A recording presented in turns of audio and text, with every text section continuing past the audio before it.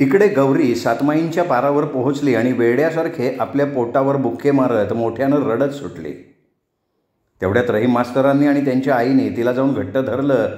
तसं गौरी आपल्या अंगाला हिसके देत ओरडली, माझ्या अंगाला हात लावू नका, मला सातमाईंच्या पारावर मरू द्या. आत्या ये, मला कुऱ्हाडीनं तोड, मला आता जगायचं नाही आहे, मी इथे जीवच देते. आणि गौरी खरंच आपल्याला सोडवून घेऊन ती त्या पारावर धाड धाड करून आपलं डोकं आपटून घ्यायला लागली. तशी आत्यानं आणि आमच्या आयांनी तिला धरून पुन्हा ओसरीवर आणलं तर आजी तिथेच बसून होती. त्यावेळी मास्तरांची आई ओसरीवर येऊन पुन्हा रडत खाली मान घालून बसली. पण आश्चर्य म्हणजे एवढं नाटक होऊन सुद्धा ती काही बोलली नव्हती. फक्त ती मास्तरांना रामदास काका आणि शिवा काका मारताना उठून दोन्ही काकांना म्हणाली होती, माझ्या रहीमला मारू नका. नंतर पुन्हा ती त्या दाराजवळ जाऊन खाली मान घालून रडत बसली. आत्ताही त्या पारावरनं येऊन पुन्हा ओसरीवर येऊन खाली मान घालून रडत त्या सारवलेल्या जमिनीकडे बघत राहिली होती. जेव्हा गौरीला धरून पुन्हा ओसरीवर आणलं, ती सुटण्याची धडपड करत असताना आमचे गुरुजी एकदम आजीजवळ जाऊन म्हणाले, आजीबाई, आपण सर्व गावाचा न्यायनिवाडा करता तर आपण सर्वांनी जरा ह्यावेळी संयमानं वागा. नंतर शांत राहून काय करायचं ते ठरवा, नाहीतर या गौरीबाई खरोखर आपल्या जीवाचं बरं वाईट करून घेतील हो. ते रामदास काकांकडे बघत म्हणाले, आपण मोठे आहात, काय करायचं हे आपण ठरवा. आणि तेव्हाच एवढा वेळ रडत बसलेली मास्तरांची आई एकदम उठून आजीचे पाय घट्ट धरत म्हणाली, आये, माझ्या पोराची फार मोठी चुकी झाली हे मी मान्य करते, परंतु त्यांनी गौरीला जरी प्रेमात आंधळहून पळवून नेलं तरी तिच्याशी आमच्या मुसलमान पद्धतीनं निकाह लावून आणि अगदी नंतर हिंदू पद्धतीनं तिथल्या शंकराच्या देवळातसुद्धा लग्न केलेलं आहे. त्यांनी आपल्या पिशवीतनं काही फोटो काढून आजीच्या समोर ठेवले आणि म्हणाली, हे असं लग्न केल्यानंतरच रहीमनी तिला आपली पत्नी म्हणून स्वीकारलं होतं. गौरीच्या पोटात पाप नाही तर माझ्या रीतिरिवाजानं झालेला नातू आहे. गौरीने आणलेले सगळे दागिने आत्ताही तिच्या अंगावरच आहेत. त्यातला एक दागिना कमी असेल तर अल्लाची शपथ आहे.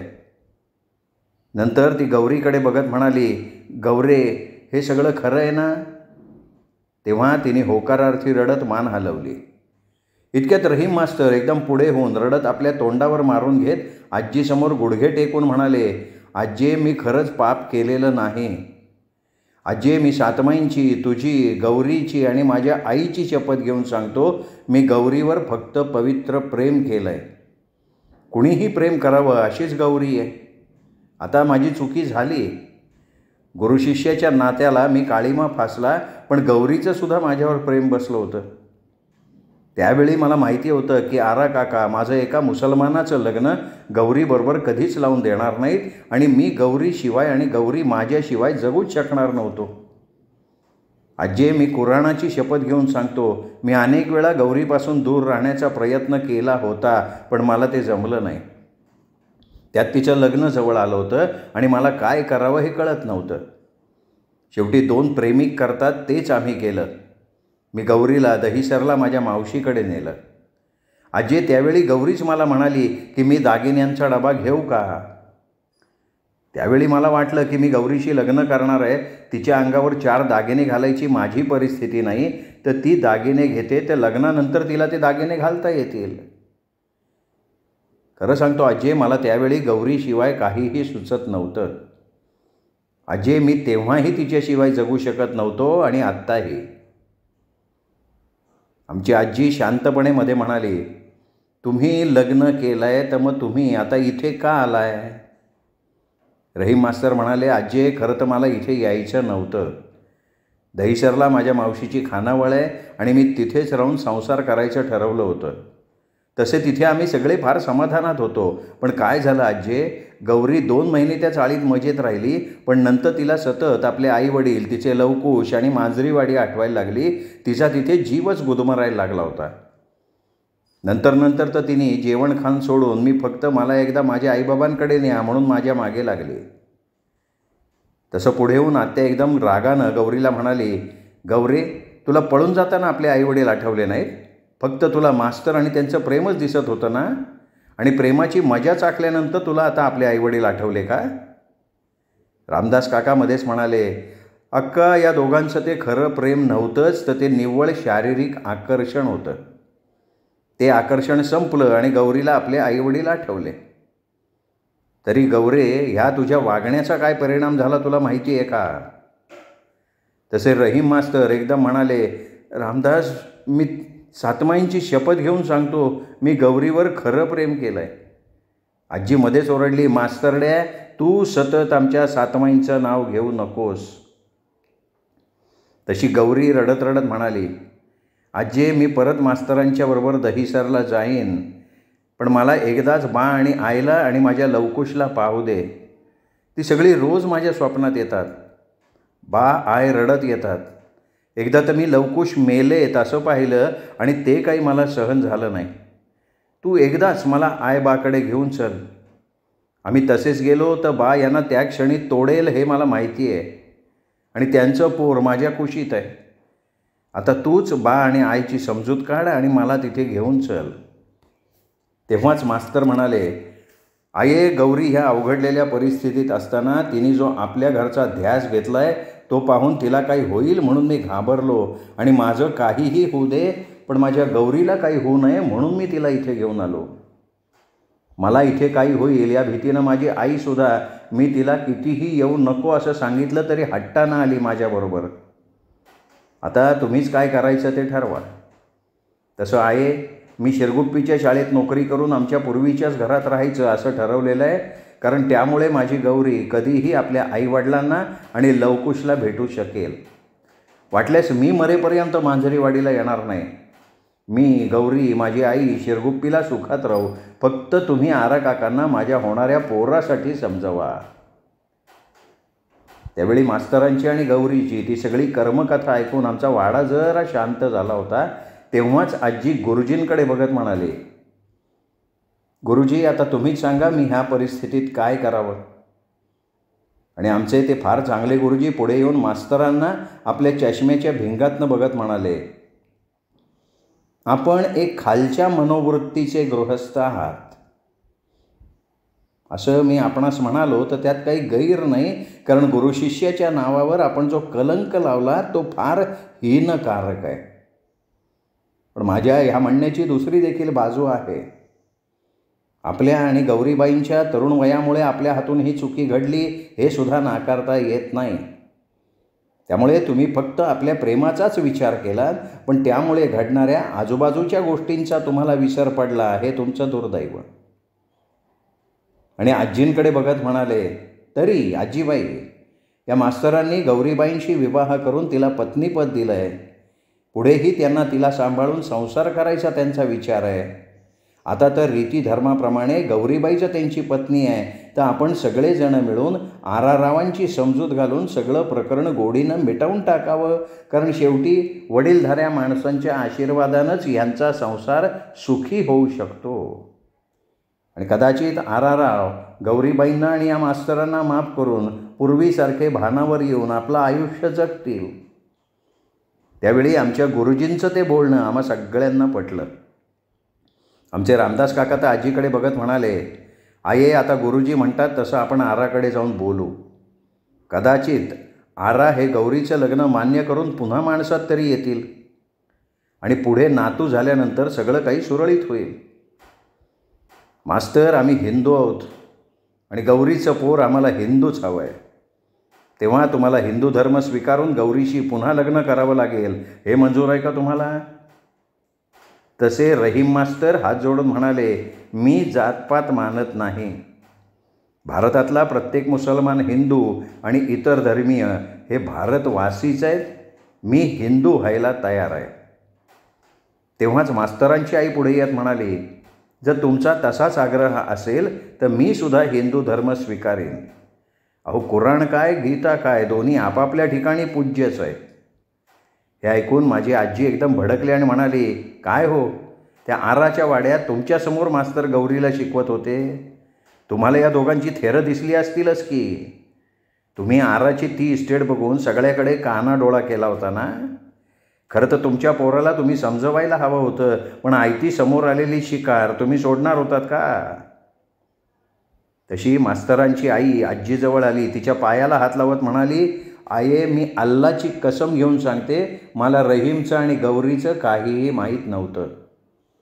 मी रात्री जेवण आटोपलं की आपल्या खोलीत जाऊन झोपायचे आणि त्यावेळी रहीम मात्र तिला शिकवत पुढच्या खोलीत असायचा. त्या एकांतात हे घडलेलं असावं. आये, खरं सांगते, त्यावेळी मला ते जाणवलं असतं ना, तर मी रहीमला समजून सांगितलं असतं, त्याला तिथून घेऊन गेले असते, कारण ज्याची रोटी आपण खाल्ली त्या रोटीवर लाथ मारू नये या मताची आहे मी. जेव्हा मला प्रथम रहीमनं दहिसरला माझ्या बहिणीकडे पाठवलं, तेव्हा हा असं काहीतरी करेल याची मला कल्पनासुद्धा नव्हती.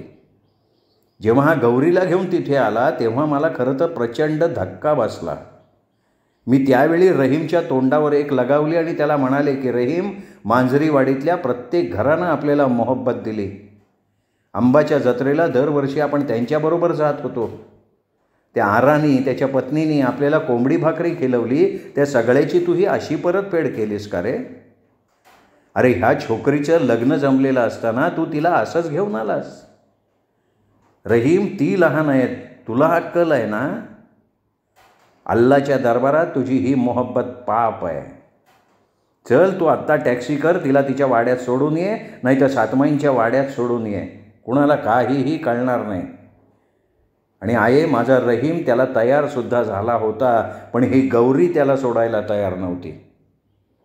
ती परत यायला तयार नव्हती. तिला रहीमनी खूप समजावलं, पण ती आपण जाणार नाही म्हणजे नाही असं म्हणून फातिमाला बिलगली. आता आये, ही फातिमा माझी बहीण, तिची दहिसरला खानावळ आहे. तिला ही गौरी खूप आवडली. ती मला म्हणाली, जर रहीमची आणि गौरीची मोहब्बत असेल तर आपण त्यांचं लग्न करून देऊ, मग तर त्यांच्या मोहब्बतला कोणी पाप म्हणणार नाही. फातिमाच्या नवऱ्याचं सुद्धा तेच म्हणणं पडलं. आम्ही दुसऱ्याच दिवशी या दोघांचं लग्न केलं आणि ही गौरी 3-4 महिने आमच्या सगळ्याबरोबर आनंदात राहिली. नंतर अचानक तिला आपल्या घरच्यांची आठवण यायला लागली. तिने जेवण खाण सोडलं. फक्त ती मला घरी जायचं एवढंच म्हणत राहिली होती. तेव्हा आजीला जाणवलं की ही अतिसुखात वाढलेली गौरी त्या प्रेमाची धुंदी उतरताच शुद्धीवर आलेली होती. त्यावेळी लहान वयामुळे आपल्यासमोर असलेल्या परिस्थितीसह रहीम मास्तरला स्वीकारावं एवढं तिचं प्रेम परिपक्व नव्हतं. आजीला हे सुद्धा जाणवलं, जर आत्ता ह्या परिस्थितीत आपण गौरीला सांभाळलं नाही तर ती वेडीपोर खरंच आपल्या जीवाचं काही बरं वाईट करेल. या सगळ्या विचारांनी ती आत्याला म्हणाली, आनंदे, तू गौरीला आत नेऊन तिला काहीतरी खायला दे, तोवर आम्ही आता पुढे काय करायचं ते ठरवतो. आजी असं म्हणत असताना आमचा तातू आला. आजीजवळ जाऊन बसला. तसं आजी त्याला म्हणाली, तातू, असं ये, माझ्या मांडीवर बस. आता आम्ही पुढे काय करायचं ते सांग. तसा तातू लाजून उठला, आजीच्या मागे जाऊन बसला. आजी मास्तरांना म्हणाली, तुला माहिती आहे मास्तर, माझा तुझ्यावर विश्वास होता. मीच आराला तुला गौरीला शिकवण्यासाठी ठेवायला सांगितलं होतं. आता मला वाटतंय की ते मी उगाचच सांगितलं. त्या आरानं तुझ्यावर विश्वास ठेवून तुला आपल्या वाड्यात ठेवलं, तीच त्याची चुकी झाली. आम्ही गौरीला फक्त शाळेत पाठवून इतर मुलांबरोबर तिला शिकवायला पाहिजे होतं रे. मास्तरा, मला तर वाटतं आरानं तुझ्या रूपानं एक नरभक्षक वाघच ठेवला होता. तुला माहिती आहे, आराच्या लवकुशनासुद्धा कोणीतरी विष घालून ठार केलं आहे. हे ऐकून मास्तरांनी एकदम मान वर करून आजीकडे बघितलं आणि ते म्हणाले, आजी, हे कोणी केलं? तशी आजी संतापानं म्हणाली, अरे तू केलंस हे सगळं. अरे, घराची माणसं बदलली ना की घराचे वासेसुद्धा बदलतात. तुला एवढं कळलं नाही मास्तरा? रानात वाढलेलं रोपटं कुंडीत रुजत नाही रे. माझी आजी ओसरीवर बसून मास्तरांशी हे बोलत होती, तेव्हा आत्याच्या चुलीजवळ बसून चहा पिणाऱ्या गौरीला आमची यमी मूर्खासारखी म्हणाली, गौरी, तुमचे लवकुश किन्ना काकांनी मुंगळ्या धनगराकडनं विष घालून ठार केले बरं का. आणि झालं. हे आखरीत ऐकून गौरीच्या हातातनं कप खाली पाडला. ती बेशुद्धच झाली. थोड्या वेळानं शुद्धीवर आल्यानंतर ती इतकं किंचाळून रडायला लागली की कुणालाच आटपेनाशी झाली. ती सतत एकच म्हणत होती की हे सगळं माझ्यामुळे झालं. आणि आजीने आत्याला तिला सांभाळायला सांगून ती ओसरीवर आली आणि रामदास काकांकडे बघत म्हणाली, रामदास, आता ह्या तिघांना एकदा मारा आणि सीतासमोर नेऊन उपयोग नाही. तर आता तू, मी आणि गुरुजी जाऊ, त्याला आणि सीताला बसवू, गौरी आल्याचं सांगू. नंतर आरा काय म्हणतोय ते बघून मास्तरला आणि गौरीला त्याच्याजवळ घेऊन जाऊ. त्यात सातमाईनी त्यांना संयमानं वागायला सांगितलं आहे याचीसुद्धा आठवण करून देऊ.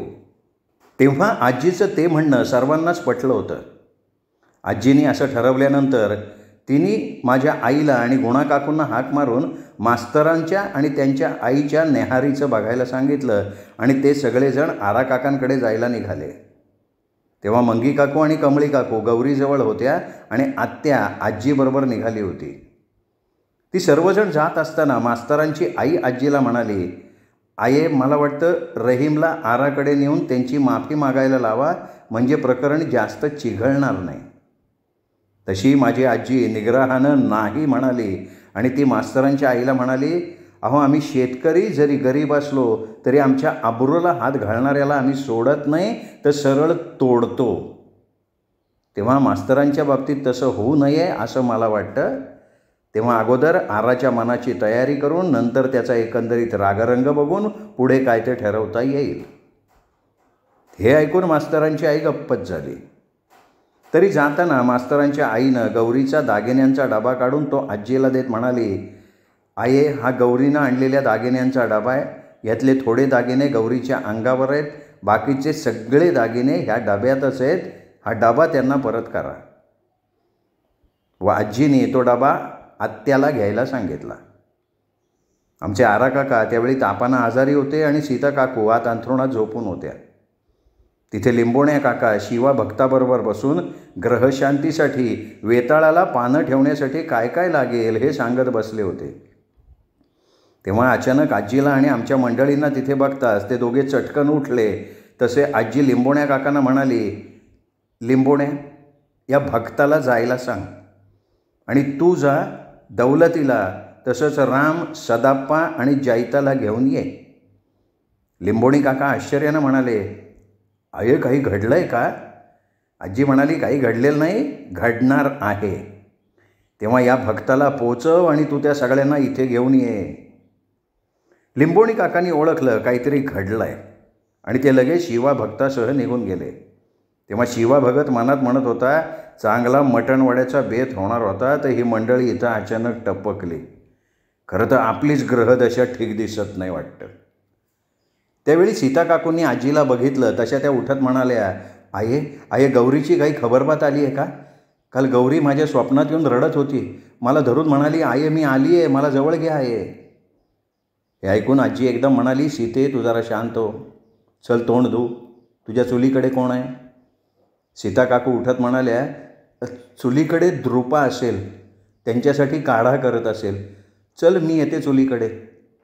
तेव्हा आजी सीता काकूंना म्हणाली, सीता, मी आराकडे नंतर जाते, आता त्याचा ताप कसा आहे? सीता काकू म्हणाल्या, आये, जीव जात नाही म्हणून आम्ही जगतोय. बरं, पण तुम्ही सगळेजण आज इथे कसे? काही घडलं आहे का? तसं असेल तर सांग, आता काहीही ऐकायची आमची तयारी आहे. आजी म्हणाली, सीते, तू जरा शांत बस. तेव्हाच आमचे रामदास काका आत आले आणि म्हणाले, आये, लिंबोण्याबरोबर सगळी मंडळी येऊन दिवाणखान्यात बसली आहेत. हे ऐकलं आणि आजी म्हणाली, चल सीते, जरा आनंदीबरोबर जा, दिवाणखान्यात बस. मी आराकडे जाऊन आले. आणि चुलीकडे काढा करत बसलेल्या द्रुपा काकू आजीला एकदम म्हणाल्या, आये, गौरीची काही बातमी आहे का? आजी उठत म्हणाली, बातमी कसली? गौरी चाली आहे. तेव्हा द्रुपा काकू काय म्हणून ओरडल्या. तेव्हा आजी आरा काकांच्या खोलीकडे गेली सुद्धा होती. त्यावेळी आरा काका आढ्याकडे बघत नव्हते, तर ते डोकीवर वाकळ घेऊन झोपले होते. आजीला पुन्हा पुन्हा त्यांचं अतिशय वाईट वाटलं होतं. त्या वाकळी खालूनही त्यांच्या शरीराचा सापळा जाणवत होता. आजी हलकेच पुढे होऊन म्हणाली, पोरा आरा, जागा आहेस का रे? तसं आरा काकांनी आपल्या तोंडावरची वाकळ बाजूला काढली. आजीकडे बघितलं तेव्हा ते रडत होते हे आजीला जाणवलं. आरा काका आजीला बघताच उठून बसले आणि म्हणाले, आई, अगं, तू कधी आलीस? गौरीची काही बातमी आहे का? आजी म्हणाली, हे बघ, तू जरा दिवाणखान्यात ये. आरा काका पटकन उठले. चल आये म्हणाले. दिवाणखान्यात आल्यानंतर त्यांनी तिथे बसलेल्या सगळ्या मंडळींकडे बघितलं. ते चटईवर बसत आजीकडे बघत म्हणाले, आये गौरी आली आहे का? तसं आजीनं आरा काका आणि सीता काकूंकडे बघितलं. त्या दोघांची अगदी दयनीय स्थिती झाली होती. त्या दोघांची अक्षरशः हाडं दिसायला लागली होती. जणू ती दोघंही अकाली वृद्ध होऊन गेले होते. आता लवकुशचा गोठा तिथे नव्हता, तर आरा काकांच्या बाकीच्या जनावरांचा गोठा त्यांच्या वाड्याच्या मागे होता. दिवाणखान्यात आल्यावर आजी आरा काकांकडे बघत म्हणाली, लेकरा आरा होय, ती परत आली आहे. हे ऐकल्यावर सीता काकू ताडकन उठून मोठ्यांदा रडत म्हणाल्या, आहे माझी गौरी आली आहे, कुठे आहे ग ती? त्या पळत गौरे गौरे करत बाहेर जायला लागल्या. तेव्हा आत्यानं त्यांना धरलं आणि तेव्हाच आरा काका भेसूरपणे ओरडले, सीते गप्प बैस आणि आत जा. तशा त्या तिथे बदकन बसल्या, रडायलाच लागल्या. आरा काका आपलं डोकं दोन्ही हातांनी धरून खाली मान घालून बसले होते. आजीनी सगळ्यांकडे बघून गप्प बसा अशी खूण केली आणि ती आरा काकांची काही बोलायची वाट बघत राहिली. त्यावेळी आजीला आरा काकांच्या त्या थंड आणि मूक प्रतिक्रियेचं फार आश्चर्य वाटलं होतं. खरं तर तिला वाटलं होतं गौरी आली असं म्हणताच आरा काका धावत आपल्या वाड्याकडे जायला निघतील, पण ते फक्त खाली मान घालून बसले. बराच वेळ गेला. सगळी मंडळी खाली मान घालून बसलेल्या आरा काकांकडे बघत होती. शेवटी सीता काकूंचा संयम सुटला. त्या एकदम रडत आनंदी आत्याला म्हणाल्या, आनंदे अगं मला ने की गौरीकडे, मला तिला बघायचं आहे. अहो उठा, चला आपण जाऊ तिच्याकडे, शेवटी आली ना ती पुन्हा परत. तेव्हा आरा काकांनी डोकं वर करून रामदास काकांकडे बघत ते म्हणाले, रामदास मला सर्व स्पष्ट सांग, गौरी एकटी आली आहे का? रामदास काका डोकं हलवत म्हणाले, आरा दादा, सातमाईंनी तुला अगोदरच सांगितलं आहे की सगळं संयमानं घे. गौरी, मास्तर आणि त्यांची आई आली आहे. मास्तरांनी तिला दहीसरला आपल्या मावशीकडे नेलं होतं. त्या दोघांनी रिसर हिंदू आणि मुस्लिम पद्धतीनं लग्न केलेलं असून आता गौरीला दिवससुद्धा गेले आहेत. तरी आईच्या आणि आमच्या सांगण्याप्रमाणे मास्तरांनी हिंदू धर्म स्वीकारून गौरीशी हिंदू पद्धतीनं गावासमोर पुन्हा लग्न करावं आणि या गोष्टीला ते तयार आहेत. तेव्हा आरा दादा तू आता सगळं सांभाळून घे. आजी मध्येच म्हणाली, आरा लेकरा तुझं दुःख आम्ही जाणतो, तरी आता ते दोघं परत आलेत तर चुकलेल्या वासरांना परत घेण्यासाठी आपण गोठ्याचं दार नको का रे उघडायला? पोरा ज्याच्या त्याच्या नशिबात लिहिलेल्या विधिलिखिताप्रमाणे घडतं आणि त्याला आपण फक्त निमित्त मात्र असतो रे. गौरी गावाची पोर आहे, तिला वाऱ्यावर नाही सोडता येणार रे. अरे मी आमच्या मंगेला सातमाईंची सून केली तर तू मास्तरला जावई म्हणून स्वीकार की. तेव्हा आरा काका काहीही न बोलता पुन्हा मान खाली घालून बसले. सीता काकू उठल्या. त्यांच्याजवळ जात मोठ्यांदा रडत म्हणाल्या, अहो तुम्ही काहीतरी बोला हो. अहो आपली पोर चुकली, पण आता ती आपल्या मायेमुळे परत आली आहे ना. ते काही नाही, मला माझी पोर पाहिजे. आहे अगं तू तरी काहीतरी सांग यांना. तशी आजी आता जोरात म्हणाली, आरा काहीतरी बोल. आरा काकांनी रडणाऱ्या सीता काकूंकडे बघितलं आणि मग त्या आजीकडे बघत म्हणाले, आये मी त्या दोघांचं लग्न लावून द्यायला तयार आहे. मी त्यांच्या लग्नाचं गावजेवण घालून त्यांचं लग्न थाटामाटात करीन. माझी एक अट आहे, त्या दोघांचं लग्न होईपर्यंत मी किंवा सीता त्यांना भेटणार नाही. ते तुझ्या वाड्यातच राहतील. लग्न झाल्यानंतर मात्र मी त्या दोघांना माझ्या वाड्यात घेईन. आरा काकांचं हे बोलणं ऐकता सीता काकू अत्यानंदानं उठत म्हणाल्या, अहो आपण तिचं लग्न करू, आता तिला भेटून तरी येऊ. निग्रहानं आरा काका म्हणाले, सीते आपण कोणीच त्यांना भेटणार नाही, पण त्यांचं लग्न झालं की तू रीतीप्रमाणे त्यांना वाड्यात घे. आणि आरा काका रामदास काकांना म्हणाले, रामदास तुम्ही सगळ्यांनी इथे लग्नाची तयारी सुरू करा, येणारा सगळा खर्च माझ्याकडनं घे. एवढं बोलून ते पुन्हा आत आपल्या खोलीत निघून गेले. सीता काकू एकदम आजीजवळ येऊन म्हणाल्या, आये मला एकदा माझ्या गौरीला पाहू दे.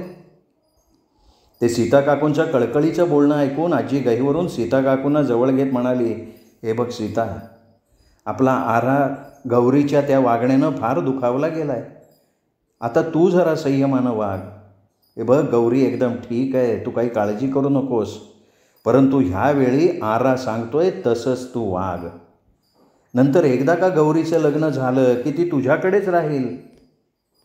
तेव्हाच आमच्या आत्यानं पदराखाली झाकून आणलेला गौरीच्या दागिन्यांचा डबा सीता काकूंच्या हातात दिला आणि म्हणाली, हा डबा मास्तरांच्या आईनं दिलाय. सीता काकूंनी तो डबा घेतला, रडत रडत मान हलवली आणि त्या हलकेच रडत म्हणाल्या, आये माझी गौरी परत आली तरी माझे लवकुश कधी परत येणार नाहीत ग. ते जर असते तर आम्ही पूर्वीसारखे सुखानं राहिलो असतो. पण आये यांनी गौरीचं लग्न करून त्यांना वाड्यात घ्यायचं ठरवलं, याचं मला फार फार बरं वाटतंय बघ.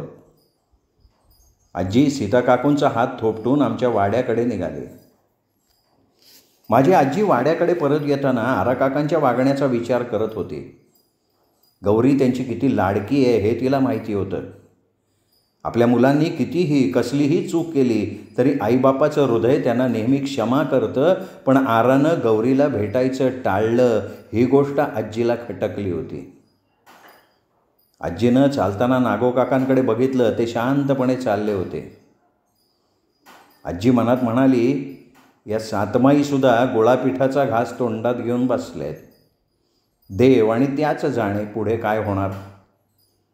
आजीला एक गोष्ट माहिती होती, आरा गौरीला कधीही झाल्या गोष्टीबाबत क्षमा करणार नाही. तरीसुद्धा तो लगेच तिचं लग्न करून तिला वाड्यात घ्यायला कसा काय तयार झाला. तो गौरीचं लग्न झाल्यानंतर स्वतःच्या जीवाचं काही बरं वाईट तर करून घेणार नाही ना. या सगळ्या विचारांनी आजी एकदम आत्याला म्हणाली, आनंदे तुला आपल्या आराचं वागणं विचित्र वाटलं नाही का.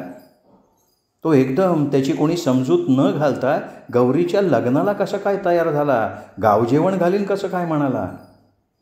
मला हे विचित्र वाटतंय ग. खरं तर त्यांनी मला, आई आता तूच काय ते बघ असं म्हणायला हवं होतं, मी ते समजू शकले असते. पण हा गौरीचं लग्न लगेच करायला तयार झाला, याचा अर्थ नक्की त्याच्या मनात काहीतरी वेगळं आहे. आत्या चालता चालता म्हणाली की आई मला तुझं बोलणं पटत नाही. बिचारा आरा आता दुसरं काय करू शकणार आहे. खरं तर ती दोघं गौरी आणि लवकुशमुळे एवढी दुःखानं पोळली आहेत की त्यामुळे गौरीला भेटावं असं सुद्धा त्याला वाटलं नाही. आणि गौरीने तरी तिला त्यांनी धावत येऊन भेटावं असा कुठला तीर मारून आली आहे का. खरं तर गौरीमुळेच हे सगळं घडलं ना. जर तिचं त्या तुषारबरोबर लग्न झालं असतं तर आज ती स्वतः, आपला आरा आणि सीता सुखात असते. कदाचित आराच्या सांभाळण्यानं आज लवकुशसुद्धा जिवंत असते. तरी बिचारा आरा आता गौरीचाच विचार करून तिच्या लग्नाला तयार झाला, हे केवळ तिने गावासमोर ताठ मानेनं राहावं म्हणून. तेव्हा आजीला आपल्या आनंदीचं बोलणं पटलं तरी तिचा त्यावेळी डावा डोळा फडफडून कसला वाईट संकेत देतोय हेच तिला कळत नव्हतं. आमची मंडळी वाड्यात पोचली तसं गौरी आपलं पोट सावरत ऋणू झुणू पैंजण वाजवत दाराजवळ धावली. बाहेर बघत म्हणाली, आजी बा आणि आई आले नाहीत, मग मी त्यांच्याकडे जाते. थकलेली आजी वैतागानं म्हणाली, गौरी तू चल आत हो. अगं तू काय मोठा पराक्रम करून आली आहेस का की त्यांनी तुला धावत येऊन भेटावं. तशी गौरी एकदम माझ्या आत्याला बिलगली, रडायला लागली. तेव्हा आमची सगळी मंडळी ओसरीवर बसली होती. मास्तर हलकेच रामदास काकांना म्हणाले, अहो काय झालं. रामदास काका म्हणाले, ते तुमचं आणि गौरीचं लग्न लावून नंतर तुम्हाला वाड्यात घेणार आहेत, पण त्यांची एक अट आहे की लग्न होईपर्यंत तुम्ही कोणी त्यांना भेटू नये, ते तुम्हाला भेटणार नाहीत, तुम्ही इथेच राहायचं आहे. गौरी रडवेली होऊन म्हणाली, अगं आजी तसं का. मला बाला आणि आईला आत्ताच भेटायचं आहे गं, त्यांना कधी एकदा बघते असं मला झालं आहे. हे ऐकताच आता माझी आजीच रागानं गौरीला म्हणाली, गौरे मी सांगते तसं वाग. अगोदरच आरा तुझ्यावर रागावला आहे, तेव्हा तू जास्त ताणून धरू नको हां. जेव्हा आमची मंडळी आरा काकांच्या वाड्यातनं आमच्या वाड्यात आली तेव्हा इरली काकूंनी आपलं रडं थांबवून त्या मधल्या खोलीत उभं राहून बाहेरचं संभाषण ऐकत होत्या. आजीने त्यावेळी एक बघितलं, या इतका वेळात किंबहुना मास्तर, गौरी आणि त्याची आई इथे आल्यापासनं गौरीनं एकदासुद्धा मास्तरांकडे किंवा त्याच्या आईकडे बघितलंसुद्धा नव्हतं की ते त्या दोघांशी एका शब्दानं बोलली नव्हती. मास्तर बिचारे आपल्या आईजवळ खाली मान घालून गप्प बसले होते. आजीला वाटलं खरंच जर या अपरिपक्व गौरीला त्यावेळी मास्तरांनी वेळीच समजवून ते दूर झाले असते तर कदाचित गौरीनं त्यांना विसरून तुषारशी लग्नसुद्धा केलं असतं आणि हा नसता घोळ झालाच नसता. पण आता तो सगळा विचार करून काही उपयोग नव्हता. व्हायचा तो घोळ झाला होता आणि आता तो घोळ निस्तरायचा होता. माझी आजी ह्या विचारात गर्क असताना आमचे गुरुजी अचानक तिला म्हणाले, आजीबाई आपण धन्य आहात. अहो आपल्या गावाला, आपल्या माणसांना आपण आणि तुम्ही सगळे एकमेकांना किती सांभाळता. अहो गौरीबाईंची ही गोष्ट त्या इथे आल्यानंतर मला कळाली. खरंच आपण आणि तुम्ही सगळेच जण एकमेकांना किती सांभाळता हो. आजी खेदानं म्हणाली, अहो गुरुजी आपलेच दात आणि आपलेच ओठ असताना दोष द्यायचा कोणाला. अहो तो आरा आमच्या गावचा तसाच आमचा देखील आहे. मग त्याची आबरू ती आमचीच आबरू नाही का. आणि आपली आबरू कोणी वेशीवर टांगतं का. त्यावेळी गुरुजी आपल्या चष्म्याच्या भिंगातून खाली मान घालून बसलेल्या मास्तरांकडे बघत खेदाने म्हणाले, वाहिल्या उद्वेग दुःखची केवळ भोगणे ते फळ संचिताचे. ते मास्तरांकडे बघून हळूच म्हणाले, रहीम गुरुजी तुम्ही हा अनर्थ करून ठेवलाय. अहो गांधीजींचं तत्त्वज्ञान तुम्ही फुकट घालवलंय. अहो पंडित नेहरूंनी पाकिस्तानच्या वाटणीला संमती देऊन नंतर शांतीचं प्रतीक असलेलं सफेद कबूतर उडवताना त्याची तशी कॅलेंडर छापली आणि ती जगापुढे ठेवली गेली. असा प्रकार तुम्ही केला. गुरु शिष्याच्या नात्याचा विसर पडला तुम्हाला. या सगळ्याचा अर्थ तुमच्या मनावर, तुमच्या इंद्रियांवर ताबा नाही. आणि ही फार खेदाची गोष्ट आहे.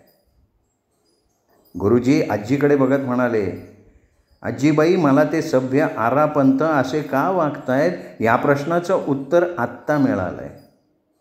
खरोखर हो कुणाचं कर्म कुणाला भोगावं लागतं नाही. एवढं बोलून ते खाली मान घालून बसले तेव्हा अचानक त्यांना वाटलं, इथे कधी लोकमान्य टिळक, महात्मा गांधी किंवा विनोबा भावे आले नाहीत तरी त्यामुळे इथे काही बिघडत नाही. कारण सातमाईंच्या ह्या आजीबाई म्हणजेच लोकमान्य टिळक, महात्मा गांधी आणि विनोबा भावे या सगळ्याचा अर्क आहेत. त्या आणि सातमाई इथे असताना कुणी महान व्यक्तीनं इथे यायची गरजच नाही. त्यांनी आदराने आजीकडे बघितलं तेव्हा आजी स्वतःच्या विचारात गर्क होती. आमच्या आरा काकांच्या गौरीच्या आणि रहीम मास्तरांच्या लग्नाच्या तयारीला सगळं गाव लागलं होतं. त्यापूर्वी मास्तरांना, त्यांच्या आईंना रीतसर हिंदू धर्मीय करण्यात आलं होतं. आरा काकांच्या वाड्यासमोर भव्य मंडप घातला होता. गाव जेवणाची तयारी सुरू झाली होती. पण आमचे आरा काका कशातही भाग न घेता फक्त आपल्या खोलीत बसून होते. कोणी काही विचारायला आलं तर तेवढ्यापुरते ते बोलत होते. त्याउलट सीता काकू अत्यंत आनंदात होत्या. त्यांच्या गौरीनं काय केलं याचा विचारसुद्धा आता त्यांना येत नव्हता. फक्त ती आता आपल्या जवळ राहणार आहे याच एका सुखद भावनेनं त्यांनी पूर्वीचं सगळं विसरून टाकायला सुरुवात केली होती. परंतु आमचे आरा काका मात्र कमालीचे शांत होते आणि त्यांची ती शांतता वादळापूर्वीची असावी असं फक्त आमच्या आजीला वाटत होतं. श्रोते हो, या प्रकरणाचा हा भाग इथेच संपला. या प्रकरणाचा पुढचा भाग ऐकण्यासाठी भेटूयात उद्या दीपक रेगे कथाकथन चॅनलवर. तोपर्यंत जर तुमच्याकडनं चॅनल सबस्क्राईब करायचं अजूनही राहून गेलं असेल तर आत्ता वरती जो माझा फोटो दिसतोय त्या फोटोला क्लिक करा आणि चॅनल सबस्क्राईब करा. एवढीच विनंती करतो आणि थांबतो.